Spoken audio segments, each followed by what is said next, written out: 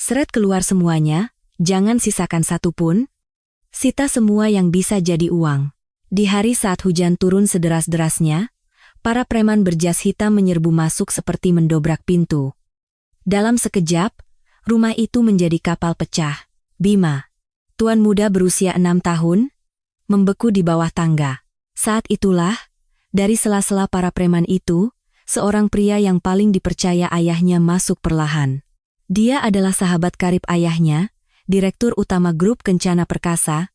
Dengan suara tenang, ia berkata, "Mulai hari ini, aku adalah pemilik Kencana." Mereka hanya mencari satu benda, sebuah buku catatan hitam. Pria itu, Joko Sutrisno, berbisik rendah, "Serahkan buku itu, maka anakmu tidak akan kusentuh." Saat itu juga, Wati, sang asisten rumah tangga, memeluk Bima dan membuka pintu belakang tanpa alas kaki. Di punggung mereka yang menghilang di telan gang sempit yang basah kuyup, terdengar suara gemuruh seolah seluruh bangunan megah itu runtuh. Dan 25 tahun kemudian, anak kecil itu telah menjadi seorang direktur utama perusahaan raksasa.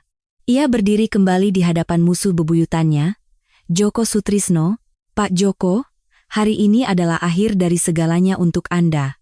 Bagaimana mungkin seorang anak yang dibesarkan oleh asisten rumah tangga tanpa harta sepeser pun, bisa kembali menjadi sosok yang mampu mendorong seorang direktur licik seperti Joko Sutrisno ke tubir jurang?" Kisah ini akan saya ceritakan sekarang. November 1998. Badai krisis moneter sedang melanda seluruh negeri. Sore itu adalah sore yang hening seperti biasanya di sebuah rumah mewah di kawasan Menteng, Jakarta. Daun-daun flamboyan di taman yang luas mulai berguguran, dan sinar matahari sore melukis corak hangat di lantai marmer ruang keluarga. Bima yang berusia 6 tahun sedang bermain mobil-mobilan di bawah tangga. Ia mendorong mobil merahnya maju, lalu menariknya mundur. Dengan mulutnya, ia menirukan suara ngeng-ngeng, tenggelam dalam dunianya sendiri. Di lantai 2, ibunya sedang tidur siang, dan ayahnya, Pak Haryono, sedang memeriksa dokumen di ruang kerja. Sebuah sore yang damai, seperti hari-hari lainnya. Namun, tiba-tiba terdengar suara gemuruh dari arah gerbang depan. Gedebuk, gedebuk, gedebuk. Seseorang sedang menggedor pintu dengan kasar. Bukan, itu bukan seperti suara ketukan, melainkan dobrakan. Bima mengangkat kepala dan menatap ke arah pintu utama. Jantungnya mulai berdebar kencang. Sesaat kemudian, pintu itu terayun terbuka dan segerombolan pria berjas hitam menyerbu masuk. Jumlah mereka lebih dari 10 orang. Di tangan mereka ada tumpukan dokumen tebal dan segel sita berwarna merah. Sepatu pantofel mereka mengentak-entak lantai marmer. "Eksekusi penyitaan. Jangan bergerak," teriak pria yang berdiri paling depan dengan suara serak seperti besi. Suaranya menggema di seluruh rumah. Bima hanya bisa mengerjapkan matanya, tidak mengerti apa yang terjadi. Tangannya yang memegang mobil-mobilan mengerat dengan sendirinya. Para pria itu langsung berpencar ke segala arah. Ada yang berlari ke ruang kerja, ada yang menerobos masuk ke kamar tidur utama, dan yang lain mulai menggeledah dapur. Setiap tempat yang mereka lewati menjadi berantakan. Sofa terbalik, laci-laci tumpah. Prang, brak. Suara kaca pecah, perabotan jatuh, dan kertas berhamburan menjadi satu. Seluruh rumah dalam sekejap menjadi medan perang. Dari radio HT yang mereka bawa, terdengar suara berisik dan kalimat-kalimat yang tak bisa dipahami. "Cek brankas di ruang kerja. Cepat. Geledah semua lemari di kamar utama." Bima, ketakutan, meringkuk di sudut bawah tangga. Ia membuat tubuh kecilnya sekecil mungkin, bersembunyi di balik bayangan pegangan tangga. Jantungnya terasa seperti akan melompat keluar dari tenggorokan. Ia memeluk mobil-mobilannya erat ke dada, seolah benda itu adalah satu-satunya yang bisa melindunginya. Tiba-tiba, dari arah ruang kerja, terdengar suara ayahnya. "Apa-apaan ini? Keluar sekarang juga." Pak Haryono, ayahnya, mendobrak pintu ruang kerja dan berdiri menghadang para pria berjas hitam itu. Wajahnya memerah karena marah, tangannya terkepal erat. Itu adalah ekspresi yang belum pernah Bima lihat dari ayahnya yang biasanya begitu lembut. Bima merasa asing dan takut melihat ayahnya seperti itu. "Atas izin siapa kalian masuk rumah orang dan membuat kekacauan? Cepat keluar," teriak Pak Haryono. tetapi para pria itu tidak peduli. Mereka malah semakin beringas menggeledah seisi rumah. Mereka merobek bantal sofa, menumpahkan buku-buku dari rak, dan mencabut semua laci yang ada. Pak Haryono mencoba menghentikan mereka, tetapi dua pria berbadan besar menahan kedua lengannya, membuatnya tak bisa bergerak. Lepaskan! Lepaskan aku! Brengsek! Pak Haryono meronta, tapi sia-sia. Tenaga para pria itu jauh lebih kuat. Saat itulah, suara langkah kaki lain terdengar dari arah pintu depan. Tok! Tok! Tok! Langkah kaki yang pelan, namun penuh percaya diri. Para pria berjas hitam itu serentak menepi, memberi jalan seolah seorang raja hendak lewat. Dari celah itu, seorang pria muncul. Pria parubaya berjas abu-abu yang necis. Rambutnya disisir klimis, dan seulas senyum misterius tersungging di bibirnya. Bima langsung mengenalinya. Itu adalah Om Joko. Sahabat ayahnya sejak kuliah, teman seperjuangan selama 30 tahun. Om Joko yang setiap lebaran datang ke rumah dan mengelus kepalanya. Bima, dengan sedikit rasa lega, menjulurkan kepalanya dari bawah tangga. Ia berpikir Om Joko datang untuk mengusir orang-orang menakutkan ini. Namun, reaksi ayahnya sama sekali berbeda. Begitu melihat Joko, wajah Pak Haryono menegang seperti batu. Matanya membelalak, bibirnya bergetar hebat. Seolah-olah ia melihat hantu. Tidak, seolah ia melihat sesuatu yang lebih menakutkan dari hantu. Joko, kenapa kau di sini? Suara Pak Haryono serak, syarat dengan amarah, kesedihan, dan rasa pengkhianatan yang mendalam. Bima belum pernah mendengar ayahnya bersuara seperti itu. Joko berjalan perlahan mendekati Pak Haryono. Tak ada sedikit pun ketergesaan dalam langkahnya. Aura seorang pemenang terpancar dari seluruh tubuhnya. Berdiri tepat di depan Pak Haryono, Joko sedikit memiringkan kepalanya dan berkata dengan suara rendah, "Maaf, Haryono. Mulai hari ini, perusahaan ini milikku." Satu kalimat itu seakan membekukan udara di ruang keluarga. Pak Haryono menatap Joko dengan ekspresi tak percaya. Mulutnya membuka dan menutup, tetapi tak ada kata yang keluar. 30 tahun, Joko. Kita bersama selama 30 tahun. Kita membangun perusahaan ini dari nol bersama-sama. Bagaimana bisa kau? Mata Pak Haryono berkaca-kaca. Entah itu air mata amarah atau kesedihan. Mungkin keduanya. Joko tidak mengubah ekspresinya sedikit pun. Tatapannya adalah tatapan seseorang yang telah mempersiapkan momen ini sejak lama. Dingin, penuh perhitungan, dan tanpa goyah. Bisnis memang seperti ini, kawan. Kalau kau terbawa perasaan, kau akan kalah, kata Joko dengan nada datar, seolah sedang membicarakan cuaca. Bima mengawasi semua itu dari bawah tangga. Meskipun tidak sepenuhnya mengerti percakapan mereka, ia bisa merasakan bahwa ayahnya sedang hancur. Pundak ayahnya yang selalu tampak besar dan kokoh, kini terlihat semakin mengecil. Bima kembali bersembunyi di balik bayang-bayang. Joko melangkah lebih dekat dan berbisik di telinga Pak Haryono. Suaranya pelan, tetapi ancaman di dalamnya begitu tajam. "Serahkan buku catatan hitam itu, dan aku tidak akan menyentuh anakmu." Mata Pak Haryono membelalak. Wajahnya pucat pasi. Buku catatan hitam yang disebut Joko. Pak Haryono tahu persis apa artinya. Di dalam buku itu, tercatat semua tindakan ilegal yang telah dilakukan Joko selama bertahun-tahun, manipulasi saham, pemalsuan dokumen, suap, hingga dana gelap yang diselundupkan ke luar negeri. Dengan buku itu, Joko bisa dijebloskan ke penjara. Pak Haryono melirik ke arah bawah tangga. Sosok kecil Bima yang meringkuk di balik bayangan terlihat olehnya. Wajah mungil putranya yang ketakutan. Hati Pak Haryono terasa seperti disayat-sayat. Joko mengikuti arah pandang Pak Haryono. Senyum licik tersungging di bibirnya. "Anak yang manis. Bukan? Tentu kau tidak ingin sesuatu terjadi padanya, kan?" Itu adalah ancaman yang sangat jelas. Pak Haryono merasa seluruh tubuhnya membeku. Dirinya sendiri tidak masalah, tetapi Bima, putranya, tidak boleh celaka. Baiklah. Jangan sentuh Bima, jawab Pak Haryono lemah. Suaranya sudah dihinggapi bayang-bayang kekalahan. Joko mengangguk puas, ia memberi isyarat kepada anak buahnya. Fokus geledah ruang kerja dan berangkas. Cari buku catatan itu. Para pria itu bergegas ke ruang kerja. Mereka mengobrak-abrik laci meja, mencoba membuka brankas, bahkan menurunkan lukisan di dinding. Suara gaduh memenuhi seisi rumah. Pak Haryono terduduk lemas di sofa. Seluruh tenaganya seakan terkuras habis. Dikhianati oleh sahabat 30 tahun, kehilangan segalanya dalam sekejap, dan putranya diancam. Beban itu menghancurkan pundaknya. Bima melihat ayahnya dari bawah tangga. Untuk pertama kalinya, ia melihat air mata mengalir di pipi ayahnya. Bima pun ingin menangis, tetapi ia merasa tidak boleh bersuara, jadi ia menggigit bibirnya kuat-kuat. Saat itu, dari lantai 2, terdengar jeritan ibunya. "Ada apa ini? Keluar kalian semua." Ibunya yang baru bangun tidur, berhadapan dengan para preman itu. Suara panik ibunya menggema di seluruh rumah. Namun, para pria itu mendorongnya minggir dan terus menggeledah kamar tidur.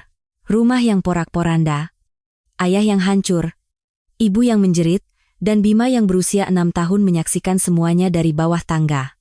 Kehidupan damai mereka hancur berkeping-keping dalam sekejap. Bima memeluk mobil-mobilannya semakin erat. Seluruh tubuhnya gemetar seperti daun. Ia tidak mengerti apa yang sedang terjadi, tetapi ia tahu sesuatu yang mengerikan telah menimpa rumahnya, dan ayah serta ibunya dalam bahaya. Sementara itu, di dapur, Wati sang asisten rumah tangga menahan napas. Wati, yang berusia 45 tahun, telah bekerja di rumah ini selama 15 tahun. Ia merawat Tuan dan Nyonya Haryono, dan menyaksikan kelahiran Tuan muda Bima. Rumah ini bukan sekadar tempat kerja baginya, melainkan rumah kedua. Sebenarnya, Wati sudah tahu. Ia tahu hari seperti ini akan datang.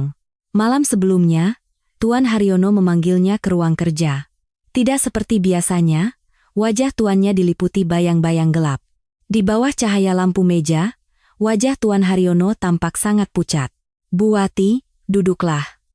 Tuan Haryono menunjuk kursi di hadapannya. Wati duduk dengan hati-hati.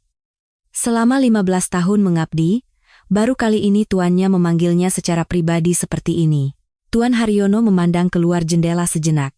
Langit malam itu gelap tanpa bintang. Setelah hening cukup lama, ia akhirnya membuka suara. "Bu Wati, kau tahu betapa aku mempercayaimu, kan? Tuan, ada apa?" Wati menjawab dengan bingung, tetapi Tuan Haryono mengangkat tangan untuk menghentikannya. "Dengarkan saja. Waktu kita tidak banyak." Tuan Haryono mengeluarkan sebuah buku catatan bersampul kulit usang dan sebuah amplop putih dari laci mejanya.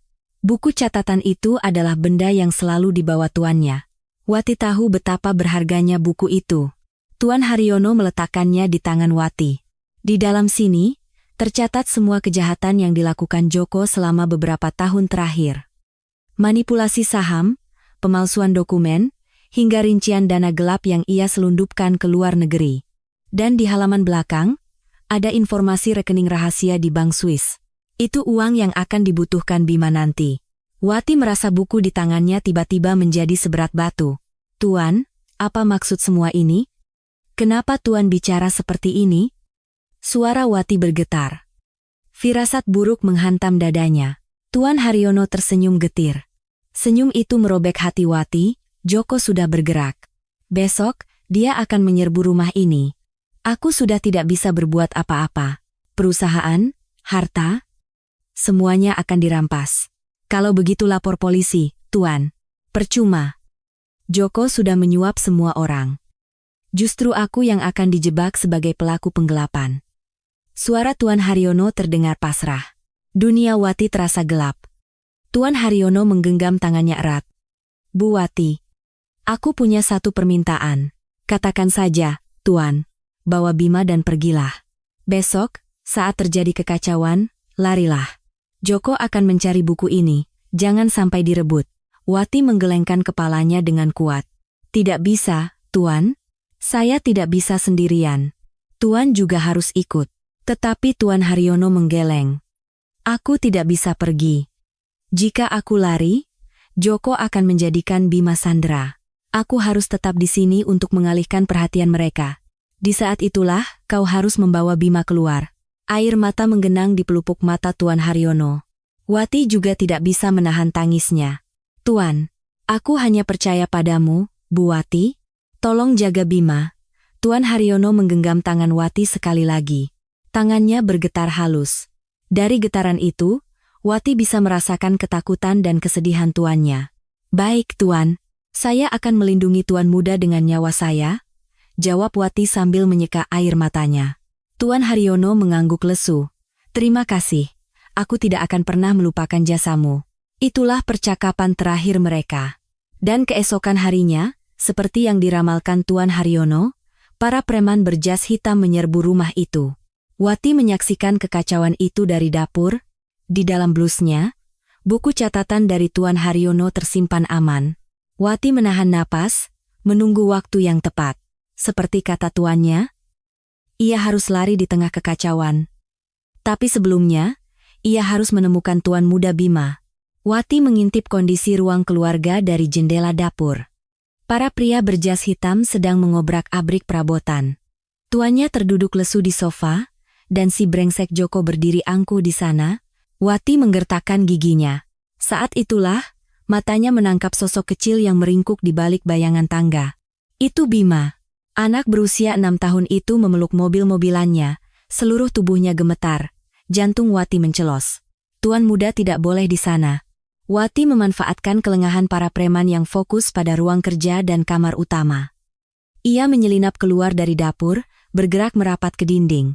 Dengan sangat hati-hati agar tidak menimbulkan suara, ia mendekati Bima.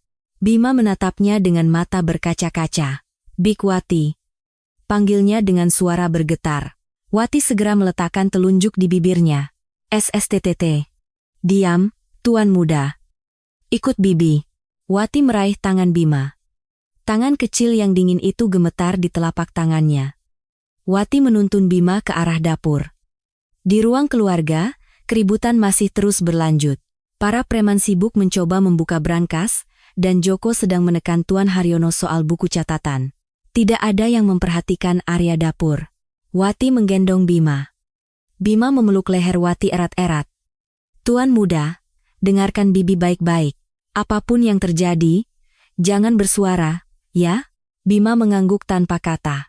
Matanya penuh ketakutan, tetapi anak itu berusaha tidak menangis dengan menggigit bibirnya. Wati membuka pintu belakang dapur dengan hati-hati. Terdengar suara derit pelan, tetapi tenggelam oleh kebisingan di ruang keluarga.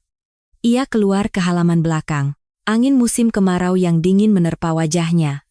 Langit mendung, sepertinya akan segera hujan. Wati berjalan pelan menuju pintu kecil di samping pagar.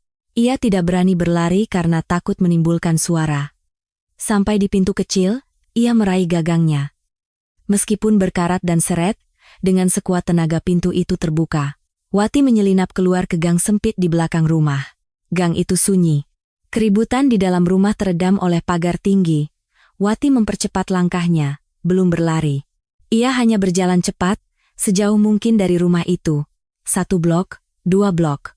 Rumah itu semakin jauh. Wati menoleh ke belakang. Tidak ada yang mengejar. Ia menghela napas lega. Saat itu, tetesan air mulai jatuh dari langit. Awalnya hanya gerimis, tetapi dengan cepat berubah menjadi hujan deras. Wati memeluk Bima lebih erat dan mempercepat langkahnya. 3 blok, 4 blok. Hujan semakin lebat, baju Wati basah kuyup. Dan Bima juga mulai kehujanan. Wati melepas kardigannya dan menutupi kepala Bima. Setelah berjalan beberapa blok lagi, dari kejauhan terdengar samar-samar suara teriakan. Tidak ada. Anak itu tidak ada. Pembantunya juga hilang. Mereka kabur. Jantung Wati serasa berhenti berdetak. Mereka sudah sadar. Wati memeluk Bima erat dan mulai berlari. Kejar.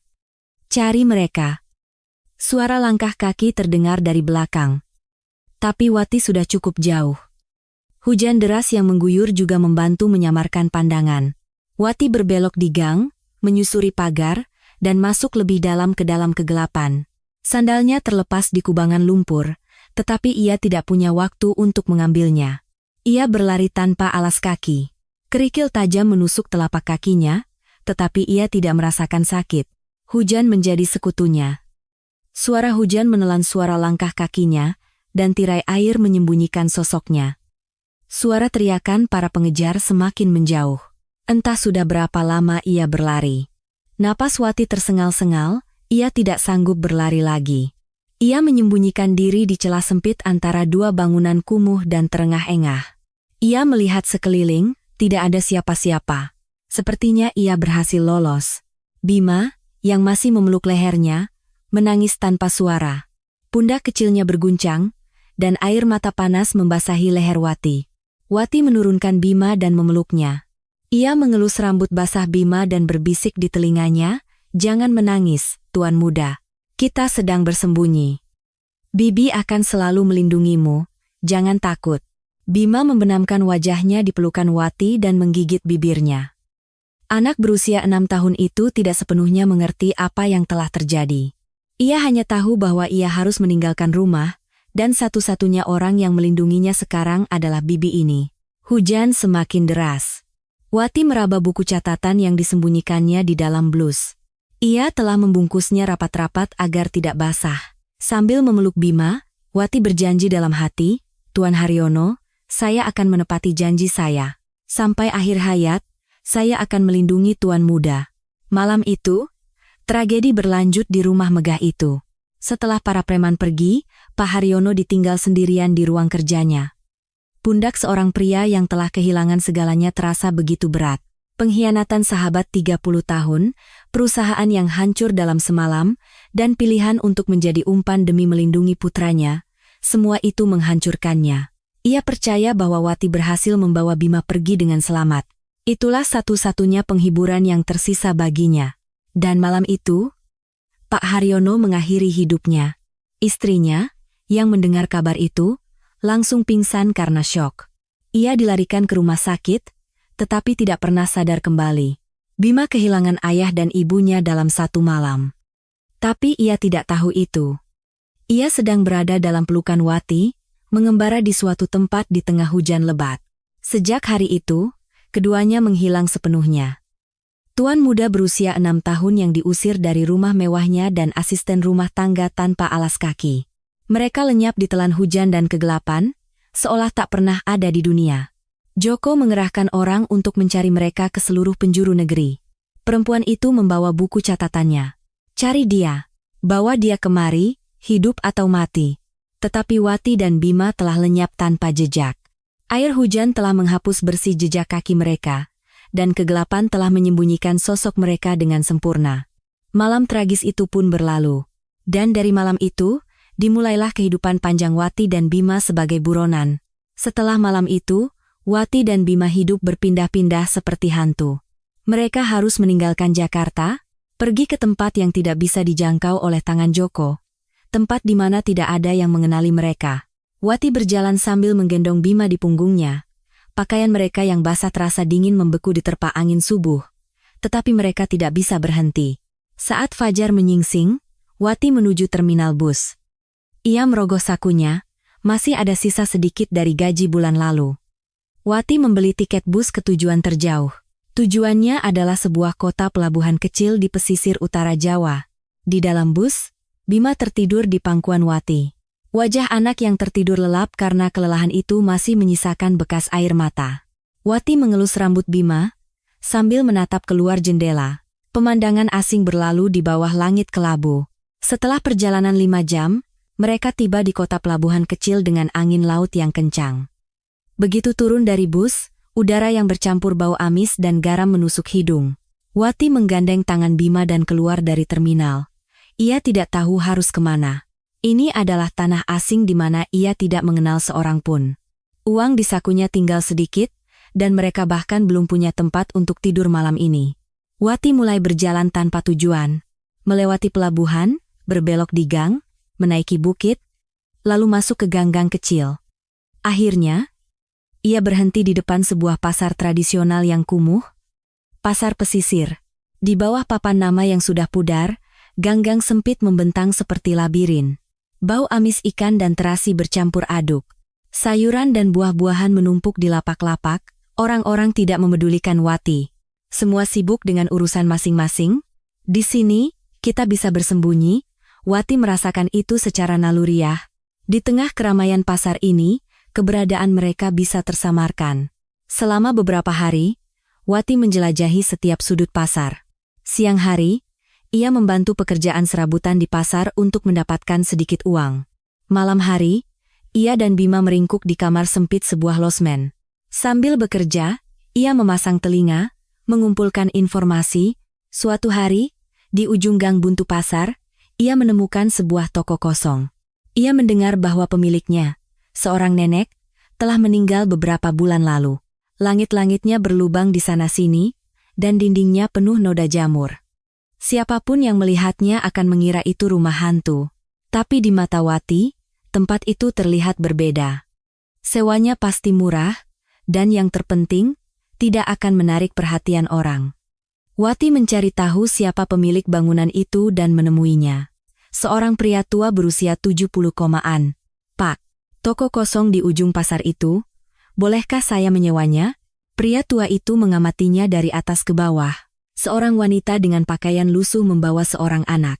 Tatapannya penuh curiga. "Punya uang? Tidak banyak, tapi ada. Saya akan bayar setiap bulan, tidak akan telat." "Kepia?" Wati ragu sejenak. Jika ia menunjukkan KTP-nya, identitasnya bisa terbongkar. Tapi tidak ada cara lain. "Saya punya masalah, Pak. Saya bayar tunai untuk 2 bulan di muka. Tolonglah, Pak." Wati mengeluarkan uang dari sakunya dan menunjukkannya pada pria tua itu. Itu adalah sisa uangnya yang terakhir. Pria tua itu menatap uang itu, tampak berpikir sejenak. "Sejak Krismon, orang seperti kau ini bukan 1-2. Gumamnya pada diri sendiri, lalu ia menghela napas dan memberikan kunci. "Baiklah. Tapi kalau kau membuat masalah, hari itu juga kau kuusir." "Terima kasih, Pak. Terima kasih banyak." Wati berulang kali membungkukkan badan. Sejak hari itu, toko kumuh itu menjadi rumah baru bagi Wati dan Bima. Kondisi di dalamnya sangat parah. Debu setebal 1 ruas jari, dan kotoran tikus berserakan di sudut-sudut. Angin dingin masuk melalui celah jendela yang pecah. Tapi Wati tidak mengeluh. Selama ada atap dan dinding, itu sudah cukup. Ia sudah bersyukur. Selama beberapa hari, Wati membersihkan toko itu tanpa henti. Menyapu dan mengepel lantai, mengikis jamur di dinding, dan menambal jendela pecah dengan koran dan plastik. Ia memperbaiki bagian yang rapuh dengan papan kayu bekas yang ia pungut di pasar, dan menyalakan tungku dengan arang bekas. Bima hanya duduk di sudut, mengamati Wati. Anak itu masih pendiam. Sejak malam itu, ia seolah kehilangan senyumnya. Hati Wati sakit tapi ia tidak menunjukkannya. Sekarang bukan waktunya untuk bersedih. Mereka harus bertahan hidup. Seminggu kemudian, terciptalah sebuah ruang yang kumuh namun layak huni. Bagian depan toko untuk berjualan, dan kamar kecil di belakang untuk tempat tinggal.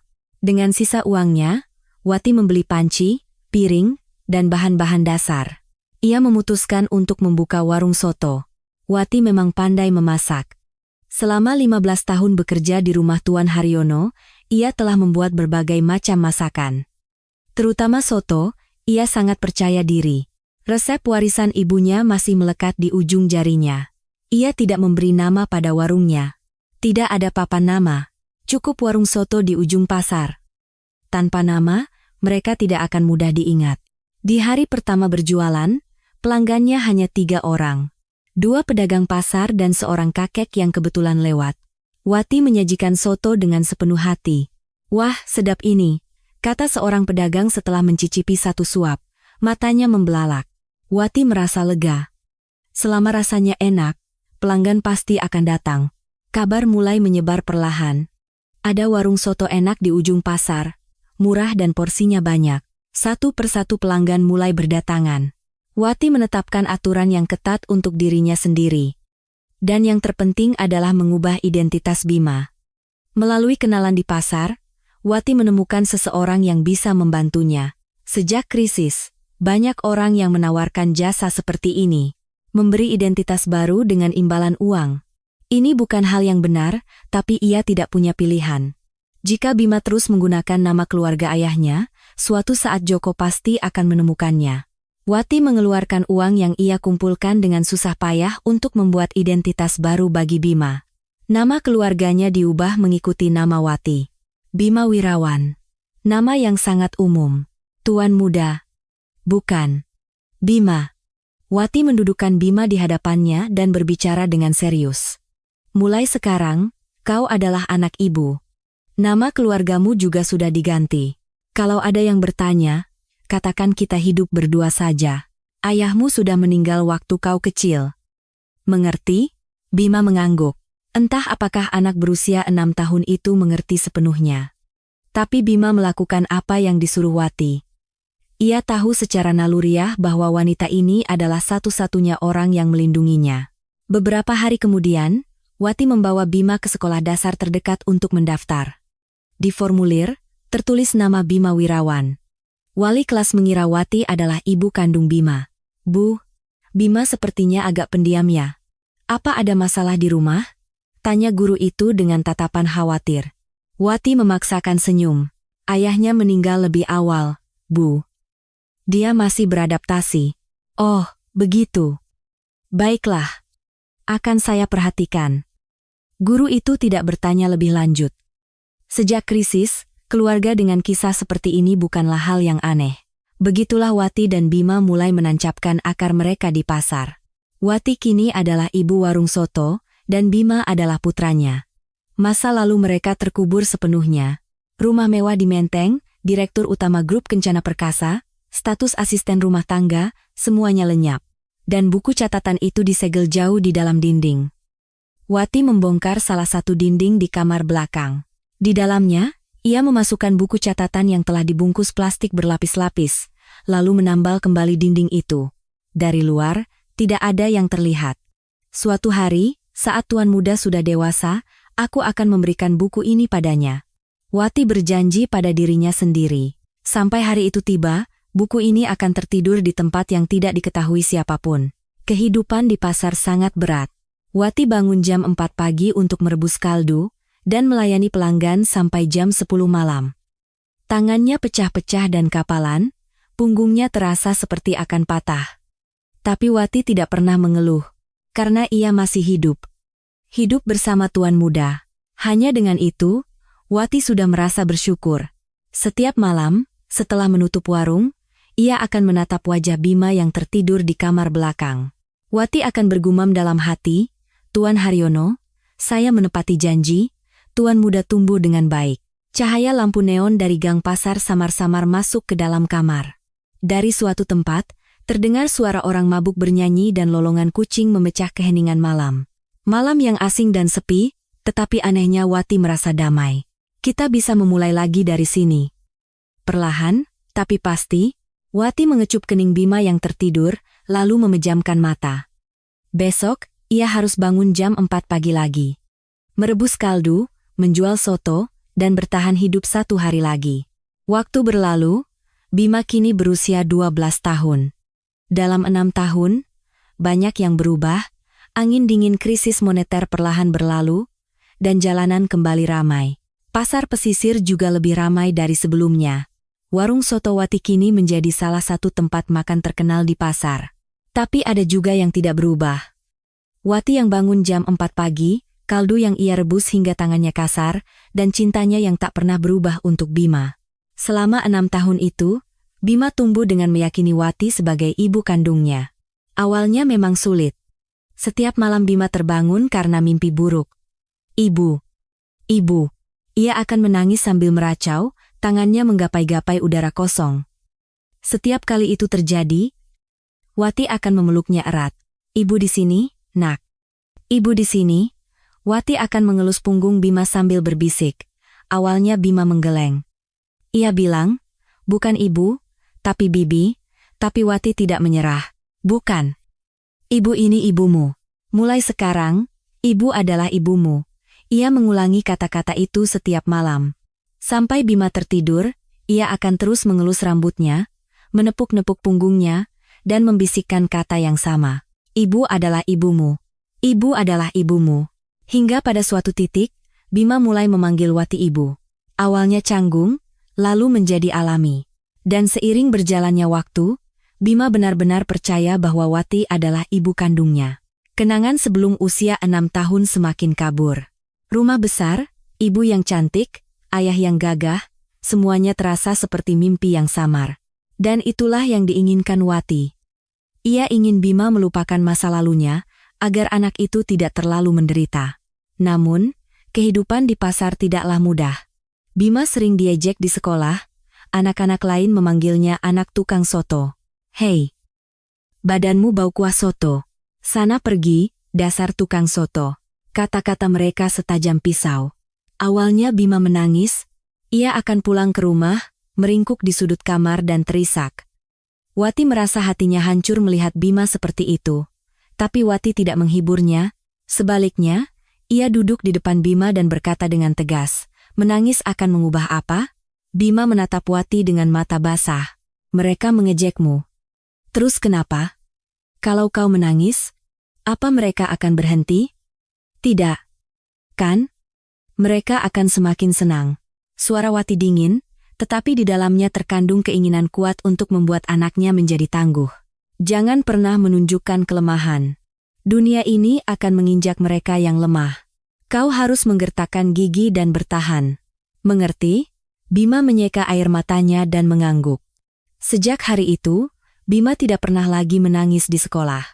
Apapun yang dikatakan anak-anak lain, ia akan menahannya dengan gigi terkatup. Ia hanya akan membalas dengan tatapan dingin. Wati, melihat Bima seperti itu, merasa kasihan sekaligus bangga. Anak ini harus menjadi kuat untuk bisa bertahan hidup. Para pedagang pasar juga tidak memandang baik Wati dan Bima. Perempuan itu datang dari mana, ya? Tidak punya suami. Cuma bawa anak satu? Pasti ada apa-apanya. Lihat saja penampilannya, jangan-jangan lari dari penagih utang. Bisik-bisik itu terdengar di belakangnya. Wati berpura-pura tidak dengar. Meladeni mereka hanya akan membuat masalah semakin besar. Beberapa pedagang bahkan terang-terangan meremehkannya. Hei, tukang soto. Pindahkan tong sampahmu dari depan tokoku. Tapi itu bukan sampah dari warung saya, Pak. Apa? Berani menjawab? Bentak pedagang itu. Wati menggigit bibirnya dan memindahkan tong sampah itu. Melawan pun percuma, ia tidak akan menang. Jika ia diusir dari pasar, ia tidak punya tempat lain untuk pergi. Bima menyaksikan ibunya diperlakukan seperti itu. Ibunya yang selalu menunduk dan sabar. Ibunya yang tidak bisa berkata apa-apa meskipun diperlakukan tidak adil. Kemarahan mulai menumpuk sedikit demi sedikit di dalam hati Bima. Suatu hari nanti, aku akan membalas semua orang yang meremehkan ibu. Di usianya yang ke-12, Bima belum mengerti persis apa artinya itu. Tapi benih kemarahan itu telah tertanam dalam di hatinya. Kemiskinan selalu menekan mereka. Uang dari hasil menjual soto, setelah dikurangi biaya bahan, sewa, dan listrik, hanya menyisakan sedikit. Wati harus mengencangkan ikat pinggangnya. Lauk daging hanya ada di depan Bima. Wati sendiri hanya makan nasi dengan sambal. Jika Bima menyuruhnya makan, Wati akan menolak. Ibu tidak lapar. Kau saja makan yang banyak. Itu bohong. Perut Wati sering keroncongan, tapi Wati tidak pernah menunjukkannya. Pakaian juga selalu untuk Bima lebih dulu. Saat Bima tumbuh besar dan bajunya kekecilan, ia harus dibelikan yang baru. Wati akan memilih baju termurah di toko loak di ujung pasar. Ibu tidak beli baju? Ibu tidak apa-apa. Baju ini masih bagus. Baju Wati sudah pudar dan berlubang, tapi ia akan menambalnya berulang kali. Musim hujan adalah masa yang lebih sulit. Harga arang mahal. Untuk menghemat, Wati hanya tidur dengan satu selimut tipis. Untuk Bima, ia akan memberikan 2 selimut. Ibu tidak dingin? Tidak. Ibu memang tidak suka dingin. Bohong lagi. Setiap subuh Wati akan terbangun karena kedinginan. Tapi dengan menghemat 1 bongkah arang, ia bisa membelikan Bima alat tulis. Hari-hari seperti ini terus berlanjut. Setiap hari adalah perjuangan, tapi Wati bertahan. Dengan gigi terkatup, bekerja sampai punggungnya bungkuk, dan berhemat sepeser pun. Semua itu demi Bima. Wati tidak pernah sekalipun berbicara tentang masa lalu. Kadang Bima bertanya, "Bu, ayah dulu orangnya seperti apa?" Setiap kali itu, Wati akan menjawab singkat, "Orang baik, tapi meninggal lebih awal." Meninggal kenapa? Sakit. Sudah, jangan tanya lagi. Jika suara Wati sudah terdengar tegas, Bima tidak akan bertanya lagi. Ia tahu ibunya akan sedih. Sebenarnya Wati takut. Takut jika saat bercerita, ada sesuatu yang bocor. Ia tidak tahu apa yang akan terjadi jika Bima mengetahui kebenarannya. Apakah anak itu bisa menanggungnya? Apakah ia akan terbakar dendam dan melakukan hal berbahaya? Belum saatnya, pikir Wati. Saat Bima sudah lebih besar dan lebih kuat, saat itulah aku akan menceritakan kebenarannya. Sampai saat itu tiba, ia harus menyegel masa lalu rapat-rapat. Kisah di Jakarta, Grup Kencana Perkasa, nama Joko Sutrisno, dan tragedi malam itu, tidak pernah sekalipun keluar dari mulut Wati. Bima tumbuh menjadi anak yang keras. Anak yang dibesarkan dalam kemiskinan dan cemoohan tidak bisa tumbuh menjadi lemah. Di sekolah, jika ada yang mengganggunya, ia akan melawan dengan mata melotot. Bahkan jika anak yang lebih besar menantangnya, ia tidak akan mundur. Hei, anak soto, minta uang. Seorang kakak kelas pernah mencengkeram kerah bajunya. Bima menepis tangan itu dan menendang tulang keringnya. Kakak kelas itu menjerit kesakitan dan jatuh. Kalau kau ganggu aku lagi, kubunuh kau. Tatapan Bima begitu menakutkan sehingga sejak saat itu tidak ada yang berani mengganggunya lagi. Wati dipanggil ke sekolah. Guru itu menghela napas. Bu, Bima berkelahi lagi. Tolong dididik di rumah. Wati berulang kali membungkuk meminta maaf. Tapi sesampainya di rumah, yang ia katakan pada Bima berbeda. Bagus, Bima menatapnya dengan mata terbelalak. Kau tidak bisa terus-terusan dipukuli, kan? Tapi lain kali, jangan tinggalkan bukti. Mendengar itu, Bima tersenyum kecil. Ia tidak menyangka ibunya akan berkata seperti itu. Malam itu, sambil menatap wajah Bima yang tertidur, Wati berpikir, anak ini tumbuh menjadi kuat, ia bisa mengatasi cemoohan dan kemiskinan. Tapi ini belum cukup. Kekuatan fisik tidak bisa menaklukkan dunia. Kekuatan sejati ada di tempat lain. Suatu hari nanti, akan tiba saatnya aku menceritakan kebenarannya. Saat itu, agar anak ini bisa membalas dendam dengan cara yang benar, aku harus membuatnya lebih kuat lagi. Wati memandang keluar jendela. Cahaya lampu neon pasar bersinar redup. Dari suatu tempat, terdengar suara teriakan orang mabuk. Tuan Haryono, Tuan muda tumbuh dengan baik. Mohon tunggu sebentar lagi. Wati bergumam dalam hati dan memejamkan mata. Besok, ia harus bangun jam 4 pagi lagi. Bertahan hidup 1 hari lagi. Malam di pasar itu pun semakin larut. 14 tahun kemudian berlalu. Bima kini telah menjadi pemuda berusia 26 tahun. Tingginya menjulang lebih dari 180 cm, bahunya lebar dan kokoh. Wajahnya tegas dengan rahang yang kuat, memberikan kesan dingin. Orang-orang pasar jika melihat Bima akan menunduk. Tatapannya terlalu tajam. Bima tidak melanjutkan kuliah setelah lulus SMA. Tidak ada uang. Sekeras apapun Wati berhemat, ia tidak sanggup membayar biaya kuliah. Setelah menyelesaikan wajib militer, Bima bekerja serabutan di pasar untuk membantu ibunya. Warung soto itu masih ada. Wati kini sudah berusia lebih dari 60 tahun, tetapi setiap subuh ia masih bangun untuk membuat adonan dan merebus kaldu. Punggungnya semakin bungkuk, ruas-ruas jarinya menebal, tetapi ia tidak bisa beristirahat. Bima merasa sakit melihat ibunya seperti itu. Seumur hidupnya hanya bekerja keras. Ia berjanji suatu hari nanti akan membuat ibunya hidup nyaman. Musim kemarau tahun itu, sebuah desas-desus aneh mulai beredar di pasar. Katanya mau ada penggusuran untuk pembangunan. Benarkah? Iya. Perusahaan konstruksi besar dari Jakarta sedang membeli semua tanah di sini. Para pedagang tidak henti-hentinya berbisik. Mendengar kata pembangunan, ada yang berharap, ada yang cemas. Wati juga mendengar desas-desus itu. Tapi ia tidak terlalu memikirkannya. Kabar seperti ini sering muncul beberapa tahun sekali, lalu menghilang begitu saja. Tapi kali ini berbeda. Suatu hari, sebuah spanduk besar terpasang di gerbang pasar. Proyek modernisasi pasar pesisir oleh Grup Kencana Perkasa. Tulisan itu tercetak dengan jelas. Grup Kencana Perkasa. Begitu melihat nama itu, jantung Wati serasa berhenti berdetak. Kakinya lemas, ia hampir saja terduduk di tempat.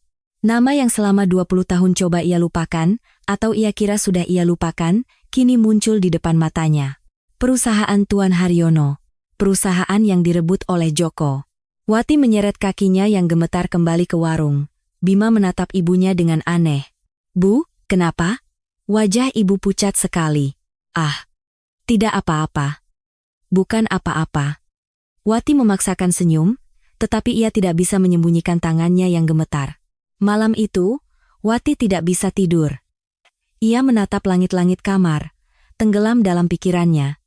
Tidak mungkin si brengsek itu datang sendiri, kan? Proyek seperti ini pasti diurus oleh anak buahnya. Wati mencoba menenangkan dirinya sendiri. Tapi rasa cemas itu tidak mudah hilang. Beberapa hari kemudian, orang-orang asing mulai muncul di pasar.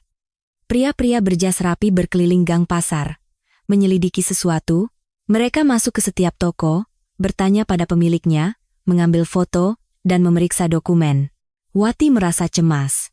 Ia tahu mereka pasti akan datang ke warungnya juga. Dugaannya benar, mereka datang ke warung sotonya. Selamat siang. Kami dari tim proyek grup Kencana Perkasa. Seorang pria muda berjas necis menyerahkan kartu nama. Wati menerimanya dengan tangan gemetar. Nama pemilik di sini siapa? Ya? Wati, Pak. Sudah berapa lama berjualan di sini? Sekitar 20 tahun.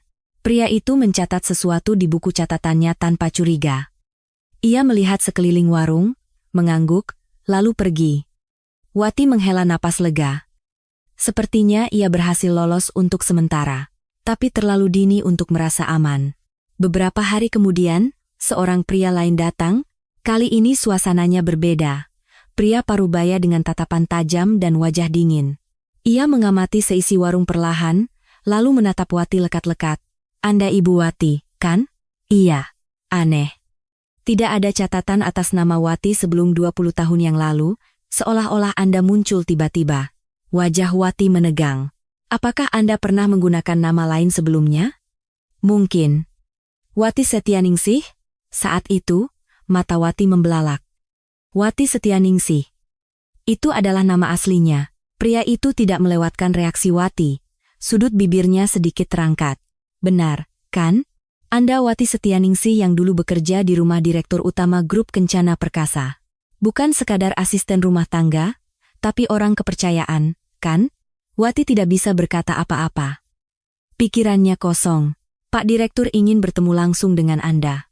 Besok jam 10 pagi, silakan datang ke kantor sementara di gerbang pasar. Pria itu pergi setelah mengatakan itu. Wati hanya bisa menatap punggungnya dengan tatapan kosong. Ketahuan, akhirnya ketahuan juga. Keesokan paginya, Wati menuju kantor sementara di gerbang pasar. Jantungnya berdebar kencang. Saat ia membuka pintu dan masuk, Wati membeku di tempat.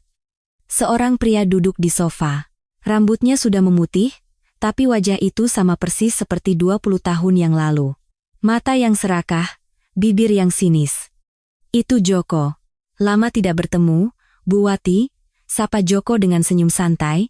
Mendengar suara itu, sekujur tubuh Wati merinding. Joko mengamatinya dari atas ke bawah. Sudah lebih dari 20 tahun, ya. Pandai sekali kau bersembunyi. Aku tidak menyangka kau ada di sini. Wati tidak berkata apa-apa. Joko perlahan mencondongkan tubuhnya ke depan, tatapannya menajam. Buku catatan hitam itu. Masih ada padamu, kan? Jantung Wati mencelos. Buku apa yang Anda maksud? Joko tersenyum sinis. Jangan pura-pura. Aku tahu malam itu kau kabur membawa buku itu. Aku sudah mencarinya selama 20 tahun. Joko menyalakan sebatang rokok kretek. Kalau kau serahkan baik-baik, nyawamu akan selamat. Termasuk anak itu. Mendengar tentang Bima, tatapan Wati berubah. Jangan sentuh anak saya, aku beri waktu seminggu. Kalau kau tidak membawanya, aku tidak tahu apa yang akan terjadi padamu. Joko berdiri dan menambahkan, oh ya, kau belum menceritakan kebenarannya pada anak itu, kan?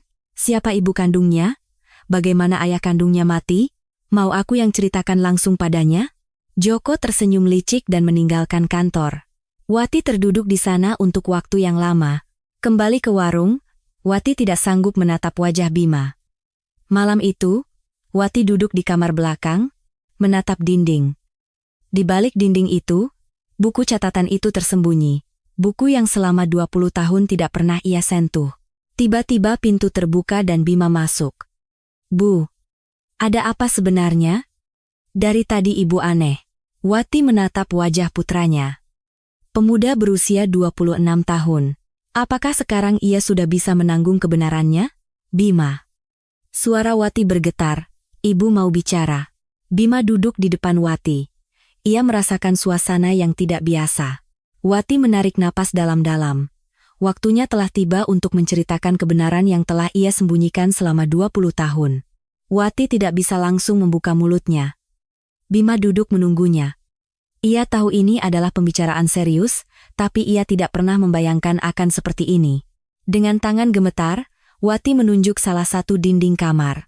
Bima, coba bongkar dinding itu. Apa? Dinding? Lakukan saja apa yang ibu suruh. Dengan ekspresi bingung, Bima berdiri. Ia mendekati sudut dinding yang ditunjuk ibunya. Bima merobek kertas dinding yang sudah usang. Di baliknya ada lapisan semen. Saat ia menggaruknya dengan kuku, semen itu mulai rontok. Apa ini? Bima menyingkirkan lapisan semen dan menemukan sebuah rongga kecil. Di dalamnya, ada sesuatu yang dibungkus plastik berlapis-lapis. Bima mengeluarkannya dan memberikannya pada Wati. Dengan tangan gemetar, Wati membuka bungkusan itu. Di dalamnya ada sebuah buku catatan bersampul kulit usang. Meskipun terkurung di dalam dinding selama 20 tahun, kondisinya masih baik. Bima menatap buku catatan itu. Ini apa, Bu? Wati meletakkan buku itu di pangkuannya dan menghela napas panjang. Waktunya telah tiba. Bima. Suara Wati serak. Ibu bukan ibu kandungmu. Seketika, udara di dalam kamar terasa membeku. Bima menatap Wati dengan tatapan kosong, seolah tidak mengerti. Apa? Ibu bukan yang melahirkanmu. Ibu bukan ibu kandungmu? Mata Bima membelalak. Bibirnya bergetar. Apa maksud ibu? Omong kosong apa ini? Dengarkan. Dengarkan sampai selesai. Wati menggenggam tangan Bima. Tangan yang dingin dan kasar. Tangan yang kapalan karena membesarkan putranya selama 20 tahun. Kau lahir di Menteng, Jakarta. Ayahmu adalah direktur utama grup Kencana Perkasa, dan ibumu adalah istrinya. Ibu hanyalah asisten rumah tangga yang bekerja di sana. Bima menggelengkan kepalanya dengan ekspresi tak percaya. Jangan bohong. Kenapa ibu berbohong seperti ini? Ini bukan kebohongan. Air mata menggenang di mata Wati. Nama ayahmu adalah Haryono. Beliau yang mendirikan grup Kencana Perkasa. Orang yang baik dan murah hati.